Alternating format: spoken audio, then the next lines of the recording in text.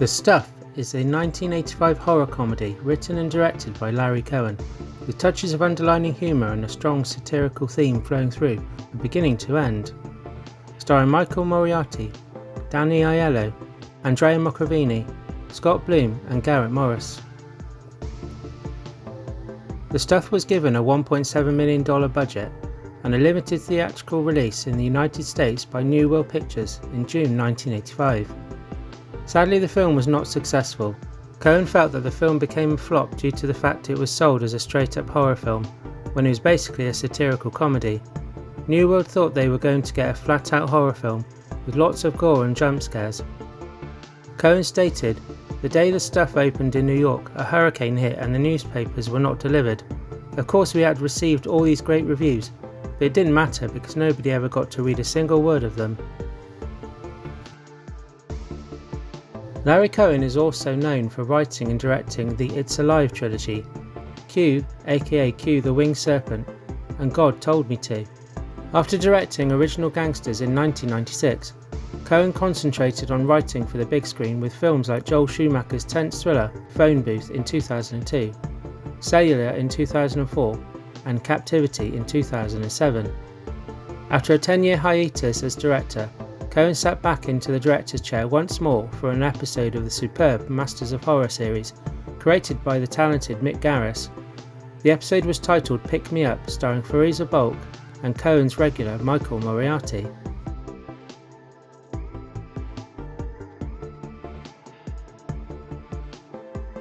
The film starts somewhere in the US, where a white cream-like substance is found bubbling from the ground. It is sweet to the taste and addictive, and is soon labelled and marketed simply as The Stuff. Shortly after, it becomes the most popular product consumed in the United States. So much so, consumers purchase obsessive quantities to the point where it's the only thing they eat. Former FBI agent David Mo Rutherford Moriarty, now an industrial saboteur, is hired to find and retrieve the secret formula of The Stuff by rival ice cream companies who have been financially damaged by this nationwide mania.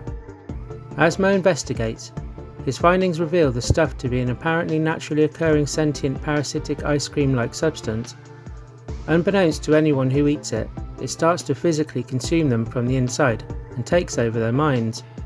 Once taken over, they become followers and advocates who then encourage family and friends to try the stuff.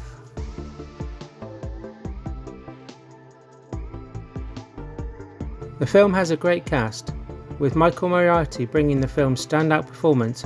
He uses charm and wit, but with a no-nonsense attitude underneath it all. Moriarty steals each scene he is in, and to be honest is the scaffolding that holds a good chunk of the film up. Moriarty was given breathing space by Cohen to improvise many of his funny moments in the film. Whichever scenes they are, it paid off, as they are seamless in the script, which just shows off Moriarty's comedic talent, making Mo such a likeable character. Moriarty gave a very good performance 2 years later when he starred in another Larry Cohen film, A Return to Salem's Lot, an unconnected sequel to the classic 1979 miniseries, which is still my favourite Stephen King adaptation, even though not the most faithful. It's just a shame A Return to Salem's Lot itself was awful. Andrea Marcovici gives a very solid performance as Nicole, an advertising executive for the company that sells the stuff, and becomes Mo's love interest while helping his investigations. Aiello always delivers the goods in every film he's in, and The Stuff is no exception. He first came to my attention in 1994 when he starred alongside Jean Reno in the brilliant Luc Besson thriller, Leon. Shame he's only in The Stuff for a very short time, but it's always good to see him, however a smaller role. Scott Bloom is okay in his role as the boy whose family begins to act strangely after consuming the stuff. Bloom went on to be in films like Don's Plums in 2001, John Q in 2002, and Smoking Aces in 2006. He is the co-founder of Argonaut Pictures, which produced the film Welcome to Riley's with Ridley Scott, starring Kirsten Stewart. Garret Morris is fine in his role but isn't in it a great deal, but more so than Aiello. He's known for being in, amongst other things, the successful 70s cult comedy classic Car Wash and the 1993 comedy Coneheads with Dan Aykroyd. It's easy to say that the stuff's main premise is undoubtedly bizarre, but the famously mischievous Larry Cohen merrily embraces the insanity of the film's narrative and makes it work.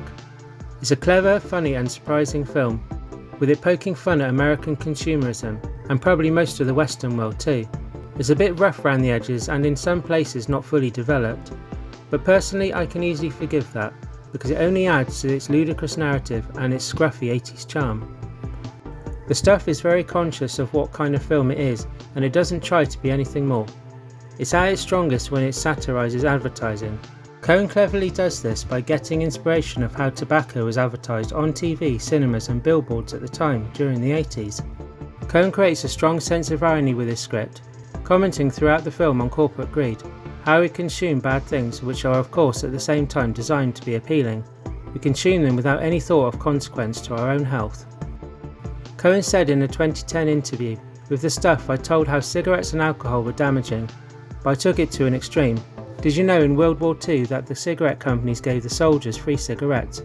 They addicted a young generation of men. They've probably killed more people than all the wars combined. But the corporations don't care who they kill, they just want to make a buck.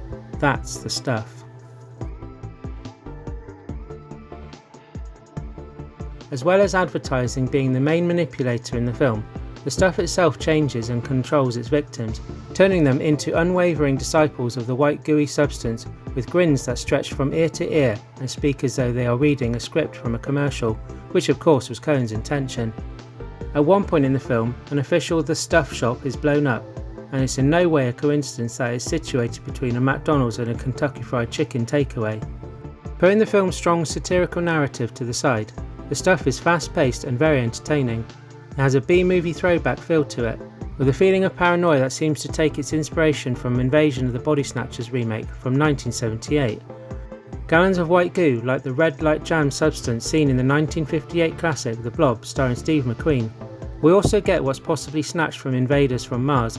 The cute looking kid from a blue-eyed nuclear family tells the authorities his family has gone bad and that nobody believes him. The story doesn't really build up to a climax as such, it ebbs and flows from one location to another, and from one scene to the next. The narrative never fully explains how the stuff came into being, how or why it regularly displays surprising feats of intelligence, suddenly coming out or off its victim, also heading for the window or attacking people when threatened or cornered.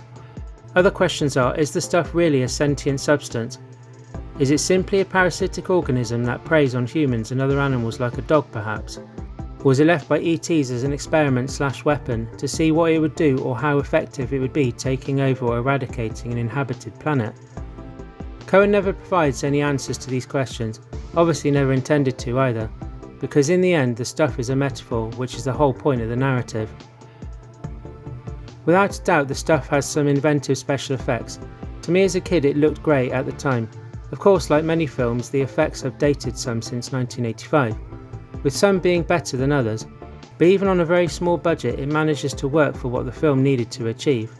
Also, Larry Cohen claimed that in some scenes when the stuff is chasing characters, the foam was made from a blend of fish bones, and that it stank so much that as soon as filming of the particular scene was done, the actors would run into the river to wash off and get rid of the stench. Cohen's filmmaking style and the film being released in what is now a bygone era where Atari consoles, Thundercat cartoons and SodaStreams were popular, all are of course a piece of 80s nostalgia. The film's themes of commercialism and us being manipulated by big corporations are of course still very contemporary.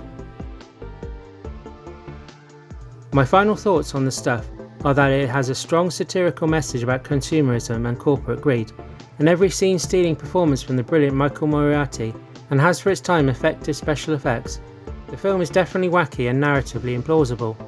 Nevertheless, it is a fabulous comedy horror from the late playful and very talented Larry Cohen. Enough is never enough. Well guys, thanks for watching. As always, I hope you enjoyed my latest retro review of The Stuff. I do apologise, there has been a long gap since my last video. COVID and other aspects of life take priority, but I will do my best to bring videos to you more regularly in the future. A big thank you to my subscribers for staying with me, it means a lot to me. As always guys, take care of yourselves and I'll catch you next time. I kind of like the sight of blood. Well, this is disgusting.